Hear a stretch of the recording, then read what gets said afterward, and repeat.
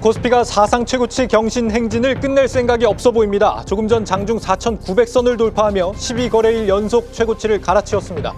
하지만 오늘 우리 시장을 찾은 외국인들이 주로 담은 섹터는 아쉽게도 반도체가 아니었습니다. 미국의 압박에 우리 반도체 기업들은 추가 현지 투자를 검토해야 하는 처지에 놓였습니다.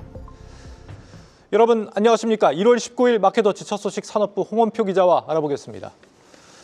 홍 기자, 이 대만의 관세 합의가 우리 기업에까지 불똥이 튄 격이라고요? 그렇습니다. 대만이 미국과 관세 합의를 하면서 미국에 추가 투자를 약속을 했습니다. 파운드리 기업인 TSMC가 미국에 2,500억 달러를 직접 투자를 해서 미국 내 공장을 당초 6개에서 최대 12개까지 늘리겠다고 발표했습니다. 이로써 상호 관세율은 20에서 15%로 낮췄는데 미국이 반도체 관세 면제 조건을 또 내걸었습니다. 미국의 반도체 공장을 새롭게 만들면 이 공장이 지어지는 동안에 해당 생산 공장의 2.5배 수입분까지 관세를 면제를 해주고 공장이 다 완공이 되면 신규 생산 능력의 1.5배까지 면제를 해주겠다는 겁니다. 좀 숫자로 계산을 하면 미국의 반도체를 수출할 때 공장을 짓는 동안은 28%, 그리고 완공이 되면 총 40%를 미국 내에서 생산해야 된다. 이런 의미인데 결국은 미국 내 생산을 늘려서 장기적으로는 반도체 자립을 하겠다. 이런 목적으로 보입니다. 또 이 마이크론의 뉴욕 팹 착공식에 참석한 러트닉 상무장관이 미국에서 생산하지 않으면 반도체 100% 관세를 맞아야 한다. 이렇게 또 발언을 했는데 지금 미국에 대규모로 반도체를 수출하고 있는 국가가 대만과 우리나라밖에 없습니다. 그렇기 때문에 다음 협상 대상은 대한민국이다. 이렇게 좀 콕 집은 것으로 보이고 일단 우리가 한미 무역 합의 당시에 최혜국 대우를 받는 것으로 좀 합의가 돼 있는 상태긴 하지만 이번에 좀 대만의 내용이 좀 우리한테도 좀 불리하게 좀 작용을 할 것으로 그렇게 보입니다. 우리가 직접 미국에 수출하는 반도체 규모는 그렇게 크지 않다고 그러던데 그만큼 대만보다는 우리가 협상에서 좀 유리하다는 해석도 있지 않습니까? 그렇습니다. 지금 우리가 미국에 직접적으로 수출하는 금액은 대만의 한 9분의 1 수준밖에 되지 않습니다.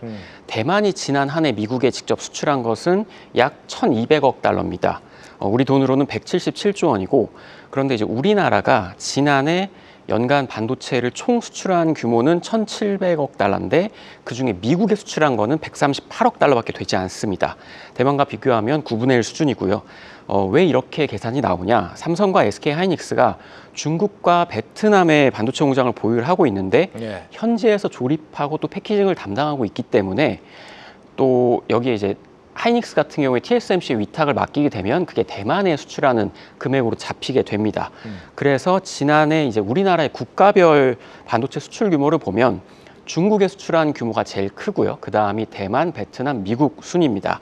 이 때문에 이 관세 부과의 법적 기준은 미국 통관 기준인데 이렇게 되면 이제 저 138억 달러가 이제 잡히게 되고요.